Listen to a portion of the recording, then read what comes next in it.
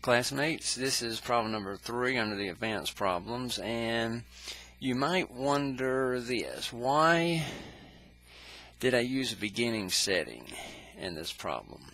Well, again, I have a choice, and the choice was with the definitions in the given in the formula sheet. On the formula sheet, future value of an annuity, and that's what we want to ultimately calculate in this problem. Future value of an annuity, beginning setting, accounts for 4 payments. 1, 2, 3, 4 payments, and 1, 2, 3, 4 compounding periods for the beginning setting. That is very simply and just a definition that you obtain off of the formula sheet. If you, on the other hand, wanted to work this problem on an ending setting, you could have accounting for 4 payments and 1, 2, 3 compounding periods, thus compounding the amount to time period 3. That's very simply all it is to this. So you have a choice as to which setting you can use for the annuity. The setting you choose for the annuity, and ultimately the point in time where you compound your cash flow, whether that be to time period 4 or time 3, using either the beginning at time 3, the beginning setting at time 4 or the ending setting at time 3. That changes the second part of the problem as you go out to time 10.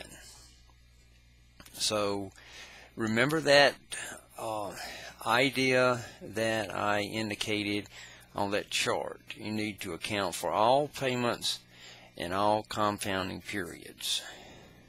How do you do that? You use your formulas.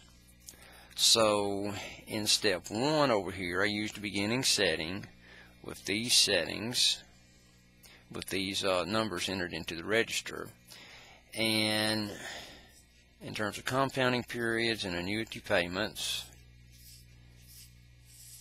we have a total of 10 compounding periods to account for in the problem, and 4 annuity payments. In step number 1, I accounted for 4 payments, and the way I worked the problem on the beginning setting, I accounted for 4 compounding periods. So in step 2, I've got to account for 6 compounding periods and no more annuity payments. That's using the beginning setting. If I want to put together that same table,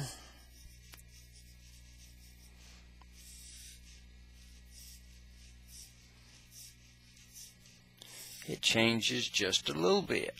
Do understand just how subtle some of the changes are, but very important for getting the problem correct. Now again, 10 and 4, and if I want to use an ending setting, write the word ending out here where you know what I'm doing. In the first step, I accounted for, again, 4 payments, but 3 compounding periods. Notice I used 4 up here with the beginning setting. So in my second step, I need to account for 7 compounding periods and 0 payments if I use the ending setting initially.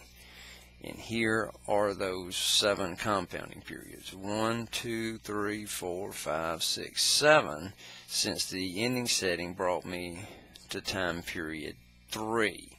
Beginning setting takes me, as I worked it out initially here, to time period 4. So again, you have a choice. You do have to think very carefully about your choice. You have to think in terms of payments and compounding periods. That is the overriding mindset, payments and compounding periods. Overriding mindset that you want to be thinking about while working these problems, and that's going to help you. You might, where appropriate, draw out these tables as I've done in class. There's a lot of thought that has to go into working each of these problems. So use the formula sheets. For annuities, that's what they are for.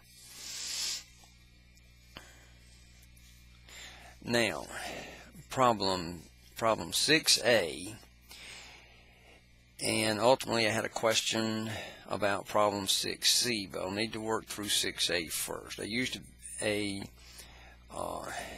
ending setting, and this is 6A in the beginning problem set. I used an ending setting, and I computed the amount of the payment as $31,4165. 8 payments, 5% interest rate, $30,000 is the amount I wanted to accumulate immediately after the last deposit. So 6B asks you to find the amount 1 period after the last deposit, so that would be a beginning setting. But 6C, the question that was asked is this: how much interest did the individual accumulate over that time period? So 8 payments of $31,4165, that's a total paid in of $25,133.20.